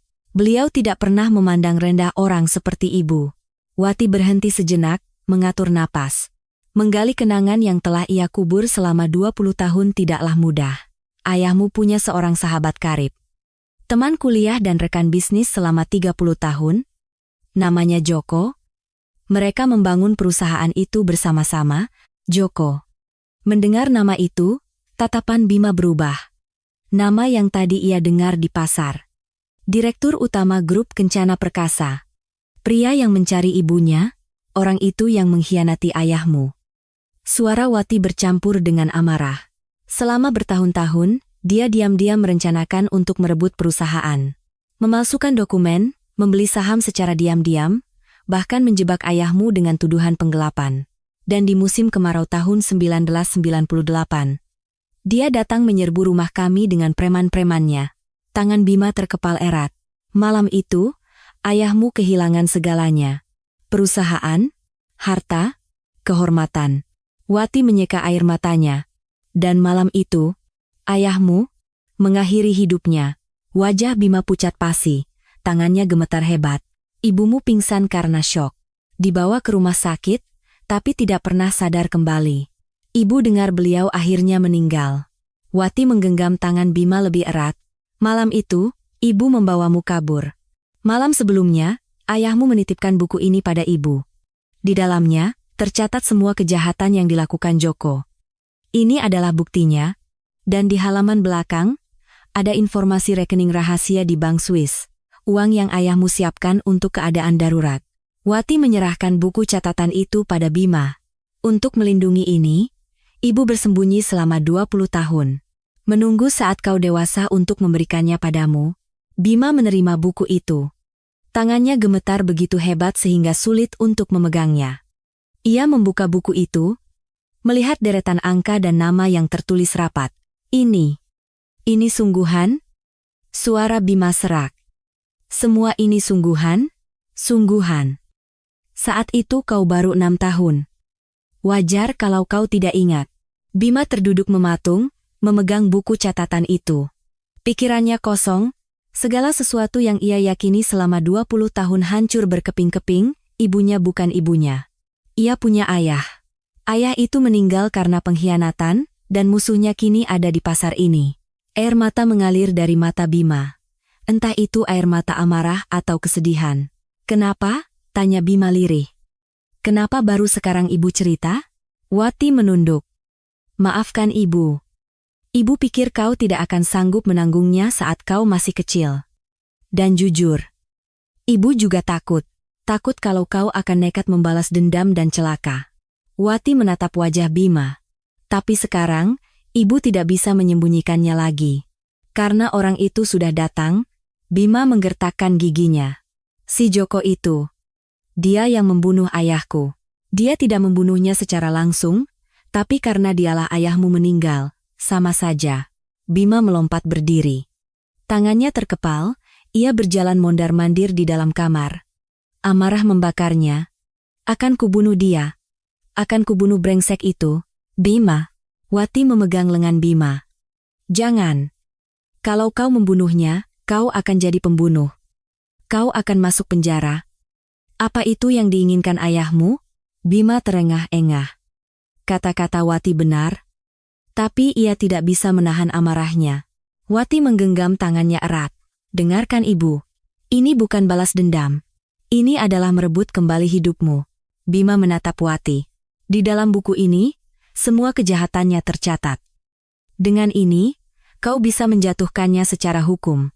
Dan dengan uang di rekening Swiss itu, kau bisa memulai hidup baru. Kalau kau membalas dengan kekerasan, kau yang akan kalah. Kau harus melawannya dengan otak. Wati menatap mata Bima lekat-lekat. Ayahmu adalah orang yang cerdas. Karena itulah dia meninggalkan buku ini. Untuk melawan dengan cara ini. Dengan hukum. Bima terdiam cukup lama. Amarah dan kesedihan bercampur aduk di kepalanya. Ibu. Panggil Bima lirih. Sebuah panggilan yang keluar karena kebiasaan. Wati tersenyum getir. Kau tidak perlu memanggilku ibu lagi. Kau sudah tahu kebenarannya. Tidak. Bima menggeleng. Ibu tetaplah ibuku. Ibu memang tidak melahirkanku. Tapi ibu yang membesarkanku. Selama 20 tahun, yang memberiku makan, pakaian, dan melindungiku adalah ibu. Jadi, ibu tetaplah ibuku. Air mata Wati tumpah ruah. Air mata yang telah ia tahan selama 20 tahun. Bima memeluk Wati. Tidak seperti dulu, kini tubuh Bima jauh lebih besar. Tubuh Wati yang kecil dan kurus tenggelam dalam pelukan Bima. Terima kasih, Bu. Terima kasih sudah melindungiku. Terima kasih sudah membesarkanku selama 20 tahun. Wati menangis sambil mengelus punggung Bima. Menangis tanpa suara, tetapi lama. Beberapa saat kemudian, Bima melepaskan pelukannya. Ia menyeka air matanya dan kembali mengambil buku catatan itu. Buku ini akan kupelajari. Bagaimana cara menggunakannya? Tatapan Bima telah berubah. Amarahnya masih ada, tetapi di dalamnya kini ada tekad yang dingin. Dia memberi waktu seminggu, kan? Aku akan mencari cara dalam seminggu ini. Wati mengangguk. Hati-hati. Dia orang yang berbahaya. Aku tahu. Bima memasukkan buku itu ke dalam sakunya. Ia memandang keluar jendela. Cahaya lampu neon pasar bersinar redup. Tapi, Bu, bagaimana? Kita tidak bisa menyerahkan buku ini padanya. Wati, secara mengejutkan, tampak tenang. Bahkan sudut bibirnya sedikit terangkat. Jangan khawatir. Wati berjalan ke sudut kamar dan mengeluarkan sesuatu dari tumpukan baju lama. Sebuah buku catatan bersampul kulit usang. Sama persis seperti yang Bima lihat beberapa hari lalu. Apa ini, Bu? Mata Bima membelalak. Palsu. Kata Wati datar. Palsu? Iya. Ibu membuatnya beberapa tahun yang lalu. Wati membuka buku itu dan menunjukkannya. Dari luar, sama persis seperti yang asli. Sampul kulit usang, kertas yang sudah menguning, bahkan nodanya pun mirip. Tapi isinya sama sekali berbeda. Angka dan namanya palsu. Bima menatap Wati dengan tak percaya. Ibu, kapan? Sekitar 10 tahun yang lalu. Ibu sudah menduga hari seperti ini akan datang. Tatapan Wati menjadi dingin. Ibu tahu dia akan mencariku seumur hidupnya. Jadi ibu siapkan ini sebelumnya. Ibu tidak mungkin menyerahkan yang asli. Bima kehilangan kata-kata. Ia tidak menyangka ibunya bisa berpikir sejauh ini. Ibu membuatnya sedikit demi sedikit selama 10 tahun. Kertasnya sengaja ibu buat usang. Tintanya juga ibu cari yang sudah lama. Gaya tulisannya juga ibu latih meniru tulisan Tuan Haryono. Wati tersenyum getir. Dia tidak mungkin ingat detail isi buku itu, kan? Selama sampulnya mirip, dia pasti akan tertipu. Bima mengangguk. Ibunya benar. Joko tidak mungkin hafal isi buku itu setelah 25 tahun. Tapi kalau nanti dia tahu itu palsu, bagaimana? Biarkan saja. Saat itu, semua sudah terlambat. Wati menatap Bima lekat-lekat, ini untuk mengulur waktu. Bima melihat keteguhan yang terasa selama 25 tahun di mata ibunya. Ini bukan lagi sekadar ibu penjual soto yang lugu. Ini adalah seorang penyintas yang telah berjuang mati-matian untuk hidup. Baik, Bu. Saya mengerti. Seminggu kemudian, Wati menuju kantor sementara di gerbang pasar. Di dalam blusnya, tersimpan buku catatan palsu. Jantungnya berdebar kencang, tapi ia berusaha menjaga ekspresinya tetap tenang. Saat ia membuka pintu, Joko sudah menunggunya di sofa. Melihat Wati, ia tersenyum licik. Kau datang juga. Pilihan yang bijak. Wati, tanpa berkata apa-apa, mengeluarkan buku catatan itu. Dengan tangan gemetar, ia meletakkannya di depan Joko. Joko mengambilnya. Ia mengamati sampulnya, lalu membukanya dan melihat isinya. Deretan angka dan nama. Mata Joko berbinar. Ini dia. Ini dia. Joko mengelus buku itu seolah menemukan harta karun yang telah lama hilang. Selama 25 tahun aku pusing karena benda ini. Aku tidak bisa tidur nyenyak karena tidak tahu di mana benda ini. Joko tertawa. Wajahnya dipenuhi rasa kemenangan. Wati berdiri dengan kepala tertunduk. Di dalam hati ia mencibir, tapi di luar ia berakting ketakutan. Sudah, kan? Sesuai janji, jangan sentuh Bima. Tentu, aku menepati janjiku. Joko melambaikan tangannya, perhatiannya sudah sepenuhnya tercurah pada buku itu. Pergilah. Hiduplah dengan tenang. Jangan macam-macam lagi. Wati membungkuk hormat dan keluar dari kantor. Begitu pintu tertutup, sudut bibirnya sedikit terangkat. Kena kau? Brengsek. Wati berjalan cepat kembali ke warung. Bima sudah menunggunya dengan cemas. Bagaimana, Bu? Dia tertipu. Tertipu total. Wati menghela napas lega. Begitu menerima buku itu, dia senang bukan main. Dia tidak tahu kalau itu palsu. Wajah Bima dipenuhi rasa lega dan amarah. Lega karena bahaya sesaat telah berlalu, dan marah pada pria tak tahu malu itu. Sekarang kita punya waktu. Selagi dia lengah, kita harus bersiap, kata Wati sambil menggenggam tangan Bima. Buku catatan yang asli, akan kugunakan. Bima berjanji dalam hati. Tapi seperti kata ibunya, kekerasan bukanlah jalan. Ia harus menggunakan otaknya. Malam itu, Bima tidak tidur. Ia membuka buku catatan itu dan mempelajarinya semalaman. Angka-angka, nama-nama, simbol-simbol seperti kode. Awalnya ia tidak mengerti, tapi ia bertekad akan memecahkannya. Api dendam mulai berkobar di dalam dadanya. Sejak malam itu, Bima berubah total. Siang hari ia bekerja di pasar, malam hari ia menganalisis buku catatan itu. Ia hanya tidur 3 atau 4 jam. Matanya memerah dan wajahnya tirus, tapi ia tidak bisa berhenti. Di dalam buku itu, tertulis deretan angka, tanggal, jumlah uang, nomor rekening, nama. Awalnya seperti sandi. Bima pergi ke perpustakaan kota. Ia meminjam buku-buku tentang ekonomi dan mulai membacanya. Saham, akuntansi, merger dan akuisisi. Bidang yang belum pernah ia sentuh. Awalnya, butuh 1 jam untuk membaca 1 halaman. Setiap menemukan istilah baru, ia harus mencari di kamus. Tapi Bima tidak menyerah. Ini adalah pelajaran untuk membalaskan dendam ayah. Aku harus bisa. Dengan tekad itu, ia begadang semalaman. Seminggu berlalu, istilah-istilah dasar mulai ia pahami. Sebulan berlalu, angka-angka di buku catatan itu mulai memiliki arti. Dan setelah 3 bulan, Bima berhasil memecahkan hampir seluruh isi buku catatan itu. Bajingan ini, Bima menggertakkan giginya sambil menatap buku itu. Catatan itu berisi semua tindakan ilegal yang dilakukan Joko untuk mengkhianati ayahnya. Manipulasi saham, pemalsuan dokumen, suap, penyembunyian dana gelap di luar negeri. Semuanya tercatat rinci dengan tanggal dan jumlah uang. Ayah sudah tahu. Ayah tahu Joko akan berkhianat. Bima mengerti mengapa ayahnya meninggalkan buku ini. Ayahnya telah mengumpulkan bukti untuk hari di mana kebenaran akan terungkap. Tapi sebelum hari itu tiba, Joko bergerak lebih dulu.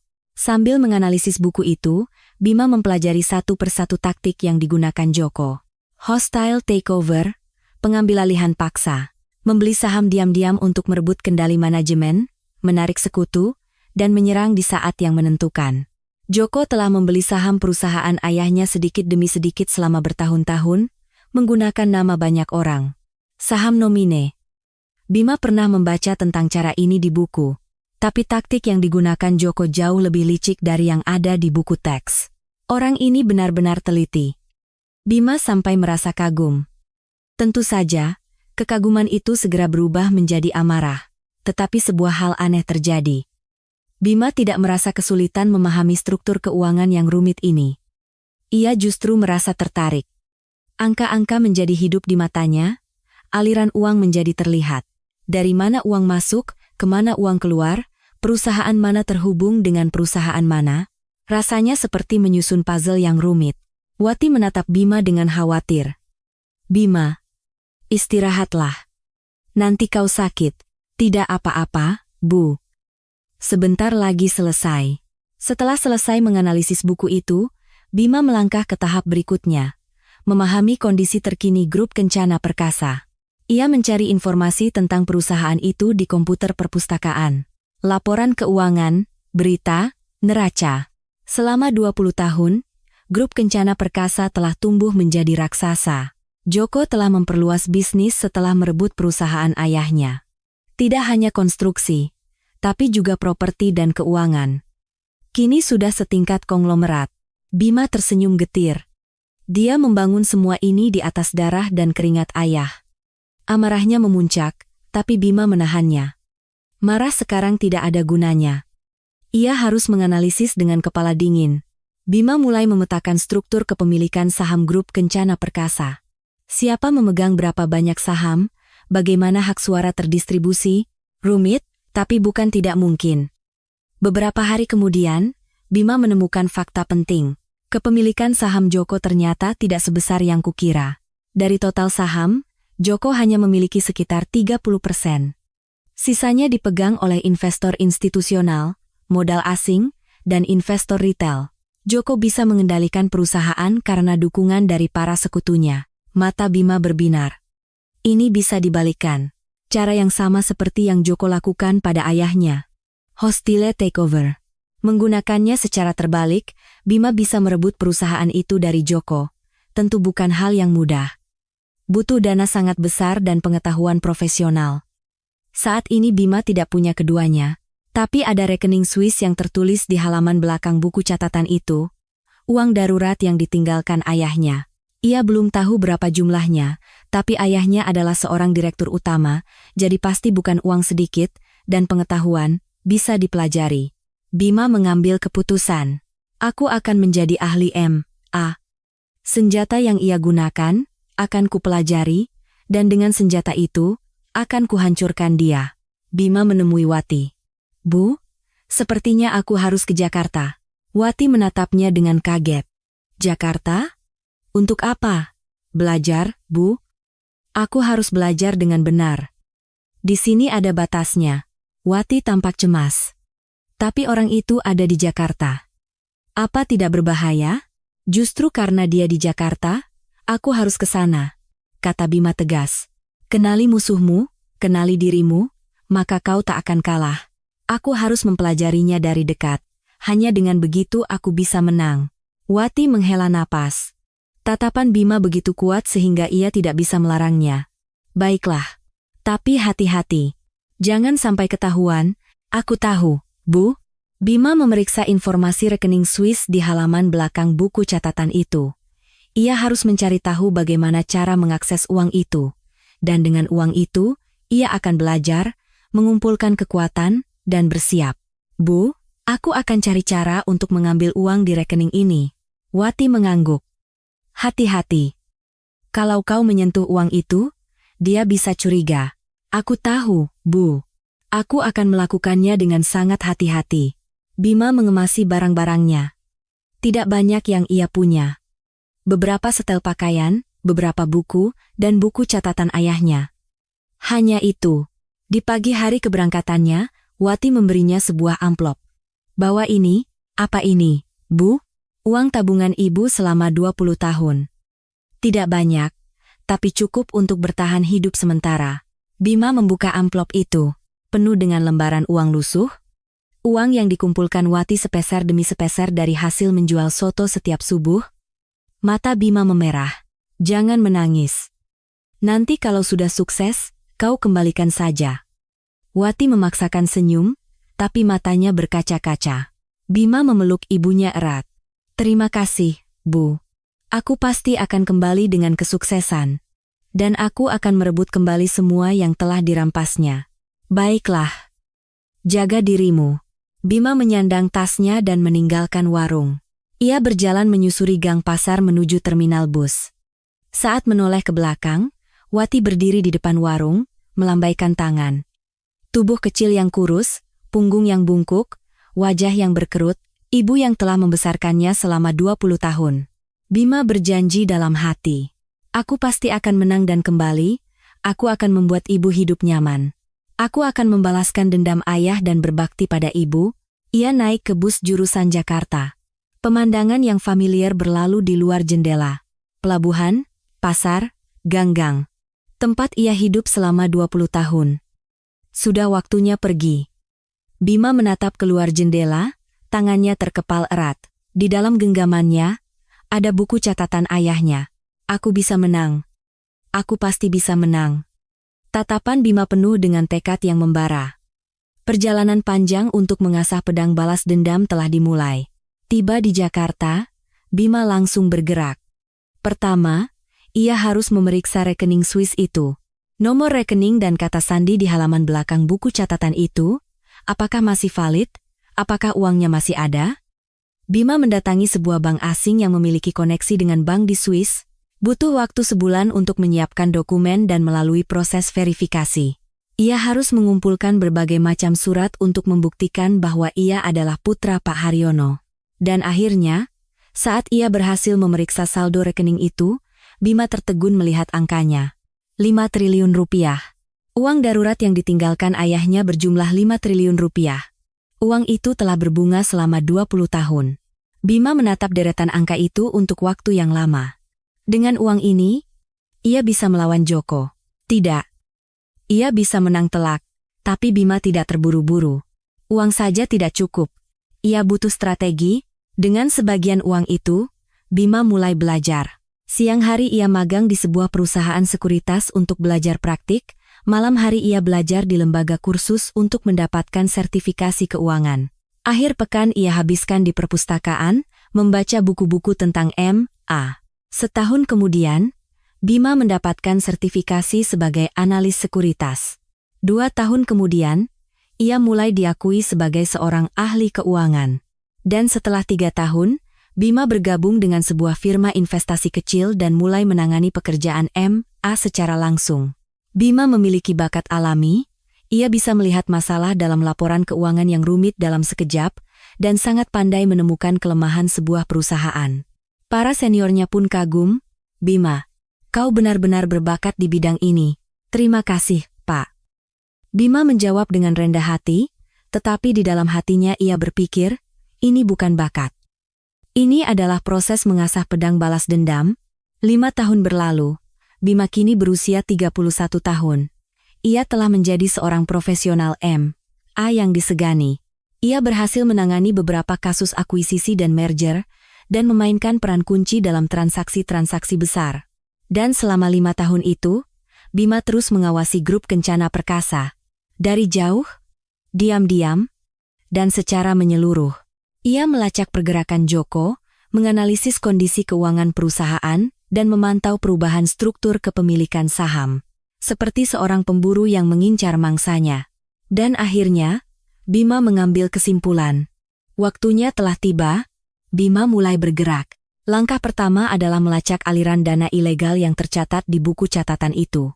Di sana, tertulis rinci jalur yang digunakan Joko untuk menyelundupkan uang. Melalui perusahaan apa, ke rekening mana, berapa jumlahnya, Bima melacak satu persatu jalur itu. Meskipun sudah 20 tahun berlalu, jejaknya masih ada. Perusahaan cangkang, rekening fiktif di luar negeri, properti atas nama orang lain, wujud asli dana gelap Joko mulai terungkap satu persatu. Bima mengumpulkan informasi ini dalam sebuah file, siap untuk disebarkan ke media. Langkah kedua adalah mengungkap identitas asli para pemegang saham nomine. Joko bisa mengendalikan grup Kencana Perkasa, berkat saham yang ia pecah atas nama banyak orang. Secara hukum milik orang lain, tetapi sebenarnya dikendalikan oleh Joko. Bima melacak para nomine itu. Siapa orang-orang Joko? Perjanjian apa yang mengikat mereka? Butuh waktu, tapi satu persatu terungkap. Langkah ketiga adalah mulai membeli saham. Dengan uang dari rekening Swiss, Bima mulai membeli saham grup Kencana Perkasa sedikit demi sedikit. Perlahan, tidak mencolok, melalui banyak rekening berbeda. Ia sangat berhati-hati agar Joko tidak curiga. Dalam 6 bulan, Bima berhasil menguasai 10% saham. Masih jauh dari 30% milik Joko, tapi ini adalah awal yang baik.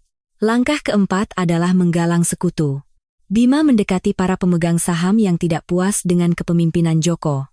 Investor institusional yang tidak suka dengan gaya manajemennya yang otoriter, investor asing yang mengeluhkan dividen yang kecil. Ia meyakinkan mereka untuk berpihak padanya. Jika Direktur Joko turun, saya akan menaikkan dividen 2 kali lipat. Saya akan memastikan transparansi manajemen. Para pemegang saham mulai tertarik dengan janji Bima. 1 tahun kemudian, persiapan Bima selesai. Ia menguasai 15% saham, dan bersama sekutunya, total menjadi 35%, melebihi 30% milik Joko. Jika ditambah dengan pengungkapan para nomine, kepemilikan saham Joko akan semakin berkurang. Aku bisa menang, Bima yakin. Ia menetapkan tanggal penyerangan. Seminggu sebelum rapat umum pemegang saham, RUPS tahunan, grup Kencana Perkasa. Pertama, ia menyebarkan data ke media. Bukti dana gelap Joko. Identitas para nomine. Catatan manajemen ilegal. Data yang dikumpulkan Bima selama bertahun-tahun membanjiri media. Direktur Utama Grup Kencana Perkasa, Joko Sutrisno, diduga memiliki dana gelap triliunan rupiah, indikasi pengendalian ilegal melalui saham nomine. Kasus kematian mantan direktur 25 tahun lalu perlu diusut kembali. Begitu berita itu meledak, harga saham Grup Kencana Perkasa anjlok, turun 15% dalam 1 hari. Kekayaan Joko menguap ratusan miliar rupiah. Joko segera mengadakan konferensi pers. Ini adalah berita bohong yang jahat. Saya akan menempuh jalur hukum, tapi sudah terlambat. Kejaksaan mulai melakukan penyelidikan, dan Otoritas Jasa Keuangan, OJK, memulai pemeriksaan. Peringkat kredit anak perusahaan Grup Kencana Perkasa turun drastis. Para mitra bisnis mulai membatalkan kontrak. Bima tidak menyia-nyiakan kesempatan ini. Ia membeli lebih banyak saham dengan harga yang anjlok. Para sekutunya juga ikut bergerak. Dalam seminggu, kepemilikan saham pihak Bima naik menjadi 45%. Dan hari RUPS pun tiba. Di sebuah pusat konvensi besar di Jakarta Selatan, ratusan pemegang saham dan wartawan berkumpul. Joko duduk di panggung utama. Wajahnya pucat. Dalam beberapa hari, ia terlihat 10 tahun lebih tua.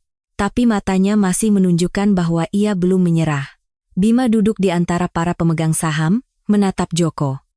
Ini adalah pertemuan pertama mereka setelah 25 tahun. Tentu saja, Joko tidak tahu siapa Bima. Ia hanya menganggapnya sebagai investor yang menyerangnya. Voting dimulai. Kita akan melakukan pemungutan suara untuk mosi pemberhentian Direktur Utama Joko Sutrisno. Setuju 45%, menolak 35%, abstain 20%, hasilnya jelas. Joko diberhentikan, ini tidak sah. Joko melompat berdiri, wajahnya memerah. Ini ilegal. Ini hostile takeover. Saya tidak terima, tapi tidak ada yang mendengarkannya. Petugas keamanan menyeret Joko turun dari panggung. Tidak bisa begini. Kalian tahu siapa saya? Saya Joko Sutrisno. Teriakan Joko menggema di seluruh ruangan. Tapi itu hanyalah raungan sia-sia dari seorang yang telah jatuh. Bima menyaksikan pemandangan itu. Hal yang sama seperti yang Joko lakukan pada ayahnya 25 tahun lalu, kini terjadi pada dirinya. Aku membalasnya dengan cara yang sama, gumam Bima dalam hati. Setelah RUPS selesai, diadakan rapat Dewan Komisaris Darurat untuk memilih Direktur Utama yang baru. Kami mengusulkan Bapak Bima Wirawan sebagai Direktur Utama yang baru. Disetujui secara aklamasi. Bima naik ke atas panggung. Ratusan pasang mata tertuju padanya. Saya akan membangun kembali grup Kencana Perkasa. Dengan manajemen yang transparan, dividen yang adil, dan saya akan memperbaiki semua kesalahan di masa lalu. Tepuk tangan membahana. Tapi hati Bima terasa datar. Ini belum berakhir. Menyingkirkan Joko hanyalah permulaan. Balas dendam yang sesungguhnya baru saja dimulai. Bima menatap keluar jendela. Langit Jakarta tampak cerah. Ayah lihat, kan? Ini baru permulaan. Kejatuhan Joko berlangsung cepat. Sehari setelah dipecat dari RUPS, Kejaksaan menggeledah rumahnya. Puluhan penyidik menyerbu masuk, menyita dokumen dan komputer. Joko hanya bisa duduk di sofa ruang tamu, menatap pemandangan itu dengan hampa. Tidak bisa begini. Kalian tahu siapa saya? Teriak Joko, tapi tidak ada yang peduli. Adegan yang sama persis seperti saat Joko menyerbu rumah Haryono 25 tahun yang lalu. Hanya saja kali ini, posisinya terbalik. Beberapa hari kemudian, Joko ditahan, tuduhannya puluhan, penggelapan, penipuan, manipulasi saham, suap, penggelapan pajak, dan tuduhan terberat adalah keterlibatannya dalam kematian Direktur Utama Haryono 25 tahun yang lalu. Buku catatan yang diserahkan Bima menjadi bukti kunci. Di dalamnya, tercatat semua proses bagaimana Joko menekan Haryono. Berdasarkan itu, Kejaksaan membuka kembali kasus lama. Harta kekayaan Joko juga satu persatu dibekukan. Properti, saham, rekening di luar negeri. Kekayaan yang ia kumpulkan secara ilegal disita, rumah mewah, mobil sport, barang-barang bermerek, semuanya lenyap. Sebulan kemudian, sidang pertama Joko digelar di Pengadilan Negeri Jakarta Pusat. Ratusan pengunjung dan wartawan memadati ruang sidang untuk menyaksikan kebenaran yang terungkap setelah 25 tahun. Bima juga duduk di bangku pengunjung. Di sampingnya, ada Wati. Bima telah membawanya ke Jakarta. Saat memasuki ruang sidang, seluruh tubuh Wati gemetar. Si iblis itu duduk di kursi terdakwa. Joko mengenakan seragam tahanan, tangannya diborgol, kepalanya tertunduk. Sosok konglomerat yang mengendalikan triliunan rupiah sebulan yang lalu telah lenyap. Yang tersisa hanyalah seorang pria tua yang tampak menyedihkan. Sidang dimulai. Jaksa membacakan dakwaan. Kejahatan yang dilakukan Joko disebutkan satu persatu. Jumlah penggelapan mencapai triliunan rupiah, dan daftar penerima suapnya mulai dari politisi hingga pejabat pemerintah.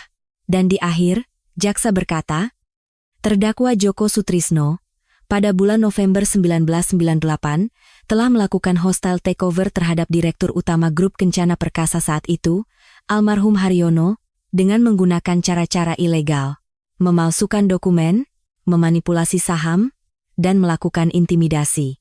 Akibatnya, Direktur Utama Haryono mengalami stres berat dan mengakhiri hidupnya. Istrinya juga meninggal dunia akibat syok. Ruang sidang bergemuruh. Tragedi 25 tahun yang lalu akhirnya terungkap. Bima mengepalkan tangannya. Wati meneteskan air mata, jaksa menunjukkan barang bukti, isi buku catatan yang diserahkan Bima, dokumen-dokumen saat itu, bahkan rekaman suara. Bukti kejahatan Joko membanjir. Pengacara Joko mencoba membantah, tapi sia-sia. Buktinya terlalu kuat. Saat itu, Jaksa berkata, kami memanggil saksi dari pihak korban. Hakim mengangguk. Saksi, silakan masuk. Pintu ruang sidang terbuka dan seorang wanita masuk. Seorang wanita tua dengan punggung bungkuk dan rambut putih. Tapi tatapannya tajam, itu adalah Wati. Joko mengangkat kepalanya. Melihat Wati berjalan ke kursi saksi, matanya membelalak. Perempuan itu. Gumam Joko. Asisten rumah tangga yang kabur membawa buku catatan malam itu. Wati duduk di kursi saksi. Dengan tangan gemetar, ia memegang mikrofon. Saksi. Sebutkan nama dan hubungan Anda dengan korban. Nama saya Wati Setianingsih. Pada tahun 1998, saya bekerja sebagai asisten rumah tangga di kediaman almarhum Bapak Haryono. Bisakah Anda ceritakan kejadian saat itu? Wati menarik napas dalam-dalam. Dan ia mulai menceritakan kejadian 25 tahun yang lalu. Hari saat para preman datang, kata-kata Joko pada Haryono, ancaman dan intimidasi, hingga malam saat Haryono mengakhiri hidupnya. Wati menceritakan semuanya dengan suara bergetar. Ruang sidang hening senyap, dan atas wasiat Tuan Haryono, saya membawa Tuan Muda Bima kabur. Selama 25 tahun, saya hidup bersembunyi. Untuk melindungi Tuan Muda dari iblis itu, Wati menatap Joko lekat-lekat. Matanya dipenuhi amarah dan kesedihan. Tuan Haryono adalah orang yang baik, murah hati dan hangat. Orang itulah yang telah mendorongnya ke jurang kematian. Wati menunjuk Joko. Joko hanya bisa menundukkan kepalanya dalam-dalam, tidak berkata apa-apa. Setelah kesaksian selesai, Wati kembali ke tempat duduknya. Bima menggenggam tangannya. Tangan Wati dingin dan gemetar. Ibu hebat, bisik Bima. Sesaat kemudian, jaksa berkata, masih ada satu saksi lagi. Pintu ruang sidang kembali terbuka. Kali ini seorang pemuda yang masuk. Itu Bima. Bima berjalan menuju kursi saksi. Ratusan pasang mata tertuju padanya. Bima berjalan dengan langkah tegap dan duduk di kursi saksi. Joko menatap Bima. Awalnya ia tidak mengenalinya. Ia hanya tahu Bima sebagai investor yang menjatuhkannya. Saksi, sebutkan nama dan hubungan Anda dengan korban. Bima memegang mikrofon. Dan dengan suara yang jelas, ia berkata, nama saya Bima Haryono. Saya adalah putra dari almarhum Bapak Haryono. Seketika, ruang sidang menjadi riuh, wajah Joko pucat pasi. Apa? Gumam Joko dengan suara bergetar. Bima menatap Joko lekat-lekat. Tatapannya dingin dan tajam. 25 tahun yang lalu, saat malam itu, saya berusia 6 tahun. Saya bersembunyi di bawah tangga. Saya tidak ingat semuanya, tapi saya melihat Anda mengancam ayah saya. Mata Joko membelalak. Anak kecil itu. Anak kecil yang dibawa kabur oleh pembantu itu. Bibir Joko bergetar hebat. Bima berdiri dari kursinya. Ia melangkah mendekati Joko.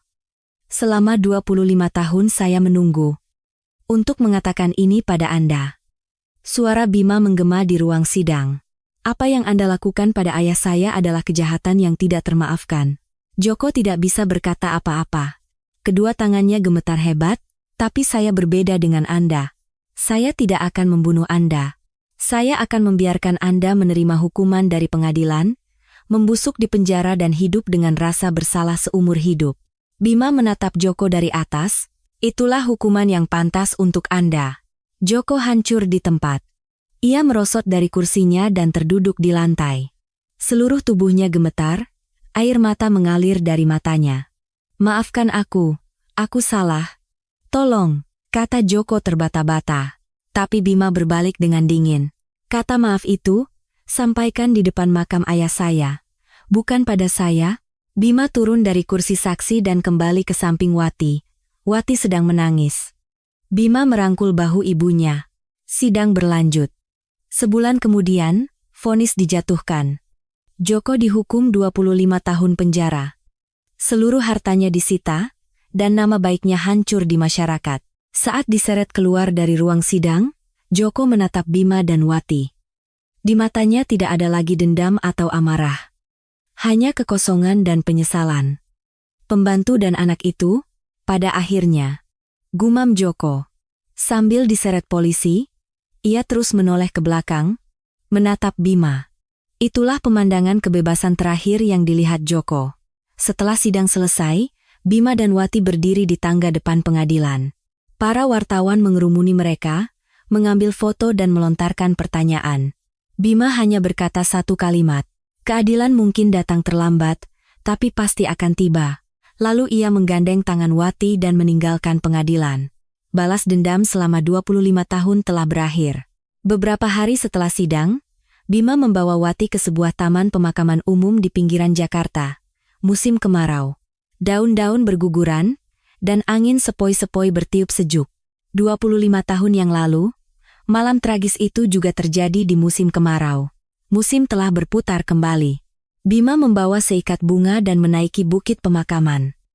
Wati mengikutinya dari belakang. Langkahnya pelan, tapi mantap. Di tengah bukit, dua nisan berdiri berdampingan. Haryo Ono dan di sebelahnya, Suryani. Makam ayah dan ibunya. Setelah sidang selesai, Bima menemukan jenazah orang tuanya dan memakamkannya di sini. Ayahnya telah dikremasi 25 tahun lalu, dan abunya disimpan di rumah duka, sementara ibunya meninggal 10 tahun yang lalu setelah lama koma. Bima meletakkan bunga di depan nisan. Lalu ia berlutut. "Ayah, ibu." Bima datang. Suara Bima bergetar. Butuh waktu 25 tahun. Tapi Bima berhasil. Orang yang mendorong ayah ke kematian, sudah menerima hukumannya. Perusahaan juga sudah Bima rebut kembali. Bima mengeluarkan buku catatan kulit usang dari sakunya. Buku peninggalan ayahnya. Buku yang tersembunyi di dalam dinding selama 25 tahun dan menjadi pedang balas dendam. Ini adalah warisan ayah. Berkat buku ini, kebenaran bisa terungkap. Bima meletakkan buku itu di depan nisan. Lalu ia menaburkan kelopak bunga di atasnya. Sekarang, buku ini Bima kembalikan pada ayah. Tugasnya sudah selesai. Bima menatap nisan itu untuk waktu yang lama. Angin meniup kelopak bunga. Dan, ayah, ibu, ada seseorang yang ingin Bima kenalkan. Bima menoleh ke belakang. Wati berdiri beberapa langkah di belakangnya, ragu-ragu. Ia seolah bertanya-tanya apakah pantas ia berdiri di depan makam majikannya. Bima mendekatinya dan menggenggam tangannya. "Ibu, ayo ke sini." "Tidak apa-apa, nak. Kau saja." "Tidak, Bu. Kita harus bersama." Bima menuntun tangan Wati. Dengan kaki gemetar, Wati berdiri di depan nisan. "Ayah, ibu, ini adalah orang yang telah membesarkanku," kata Bima.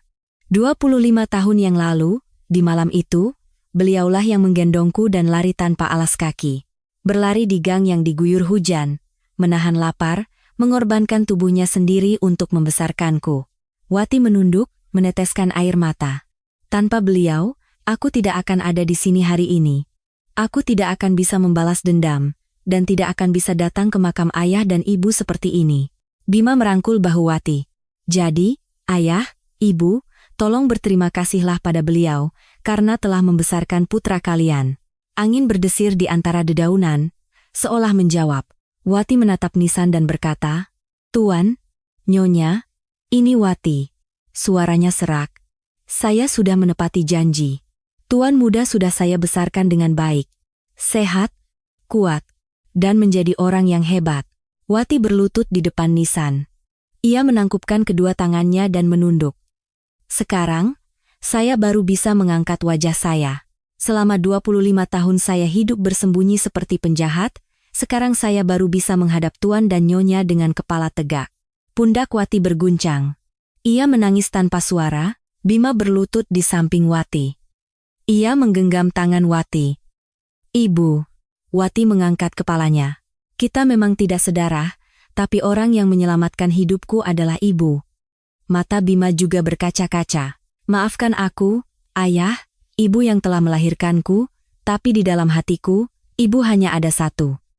Orang ini, Ibu Wati." Tangis Wati pecah. Air mata yang telah ia tahan tumpah ruah. "Bima, selama 25 tahun ini, terima kasih, Bu, terima kasih banyak. Mulai sekarang, giliranku yang merawat ibu. Aku akan membuat ibu hidup nyaman seumur hidup." Bima memeluk Wati. Mereka berdua berpelukan di depan nisan, menangis untuk waktu yang lama. Angin kembali bertiup, menerbangkan kelopak bunga. Dua nisan itu menatap mereka dengan hening. Waktu berlalu. Bima hanya menjabat sebagai direktur utama grup Kencana Perkasa selama 1 tahun, lalu mengundurkan diri. Ia menunjuk seorang profesional untuk memimpin perusahaan, dan ia sendiri tetap menjadi pemegang saham mayoritas. Tujuannya bukan uang. Setelah balas dendam selesai, ia tidak lagi memiliki hasrat pada posisi itu. Dan Bima membawa Wati kembali ke pasar pesisir. Pasar itu masih sama. Proyek pembangunan grup Kencana Perkasa dibatalkan, dan para pedagang kembali berjualan seperti biasa. Warung soto Wati juga masih ada, kosong dan berdebu. Bima membuka pintu warung. Bau apek tercium, tapi ini adalah ruang yang familiar. Tempat ia hidup selama lebih dari 20 tahun. "Bu, mau jualan lagi?" tanya Bima. Wati melihat sekeliling warung. Meja usang, dinding bernoda minyak, lantai yang sudah aus. Jejak kerja keras ada di mana-mana. "Buat apa jualan lagi? Sudah waktunya istirahat," kata Wati sambil tersenyum. "Tapi apa ibu tidak ingin mencobanya sekali lagi? Kali ini bukan untuk kerja keras, tapi untuk bersenang-senang," kata Bima. "Uang kita sudah cukup, tidak perlu khawatir. Buka kalau mau, tutup kalau lelah." Wati berpikir sejenak, lalu mengangguk. Boleh juga. Beberapa hari kemudian, lampu di warung soto itu kembali menyala. Bima membersihkannya sendiri, mengecat dinding, membeli meja baru, dan memasang papan nama baru. Warung Soto Pesisir, nama yang sama seperti dulu. Di hari pertama pembukaan, pelanggannya tidak banyak, hanya beberapa pedagang pasar dan warga sekitar. Tapi Wati tampak bahagia. Wajahnya berseri-seri saat kembali membuat adonan dan memasak soto. Sore harinya, semua pelanggan sudah pulang. Bima menutup pintu warung dan duduk di hadapan Wati. "Bu, lapar tidak? Mau makan apa? Soto saja?" "Satu," kata Wati. Bima pergi ke dapur dan membuat soto. Setelah 20 tahun melihat ibunya memasak, ia tahu caranya. Ia meletakkan semangkuk soto di depan Wati. Kelihatannya enak. Wati mengambil sendoknya. Mereka berdua duduk berhadapan. Makan soto dalam diam. Tidak perlu banyak bicara. Kebersamaan mereka sudah cukup. Di luar jendela, terlihat gang pasar. Cahaya lampu neon bersinar redup. 25 tahun yang lalu, di malam hujan, mereka pasti berlari di gang seperti ini. Wati menggendong Bima. Tanpa alas kaki, Bima menatap Wati. Wajah yang berkerut, punggung yang bungkuk, tangan yang kasar. Orang yang telah mengorbankan segalanya untuknya. "Bu." "Ya, terima kasih." "Sungguh." Wati tersenyum lembut. Sudah. Ayo makan. Ibu harus hidup sehat dan panjang umur, ya." Iya.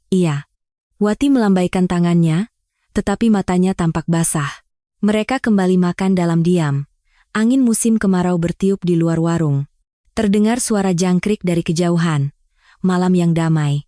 Perjalanan panjang selama 25 tahun telah berakhir, dan sebuah awal yang baru telah dimulai. Dua orang yang menjadi keluarga meskipun tidak sedarah. Ikatan yang terjalin bukan karena balas dendam, tetapi karena cinta. Itulah arti keluarga yang sesungguhnya, dan mereka berdua mengetahuinya. Cahaya dari warung soto itu menerangi gang pasar dengan hangat. Di bawah cahaya itu, kehidupan baru mereka berdua dimulai.